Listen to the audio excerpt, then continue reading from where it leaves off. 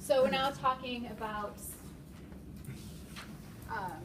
translation. So taking what I just said, taking our mRNA sequence and converting that into amino acids.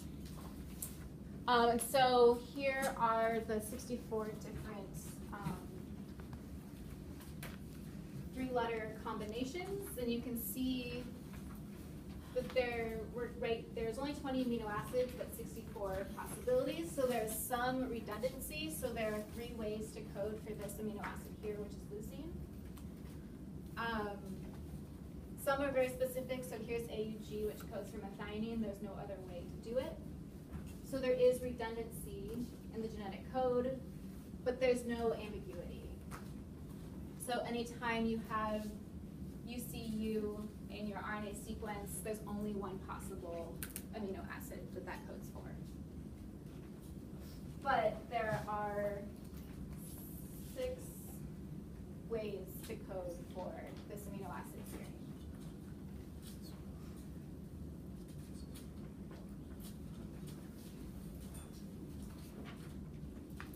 So how do you read this code now? It's not just that 1-to-1 ratio. So before we had DNA being transcribed in RNA, we had the enzyme called RNA polymerase go through, rely on the hydrogen bonding between the bases. But it's a little more complicated with protein. So first, before I show you how the cell does it, I'm going to let you do some, oops, that's in the wrong order. Okay, let's talk about how the cell does this first. So we have our mRNA sequence.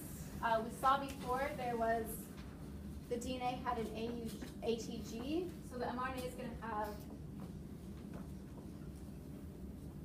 so the coding strand had an AUG, but the template strand that the RNA polymerase is copying makes an mRNA that's AUG, and then we had the stop codon also,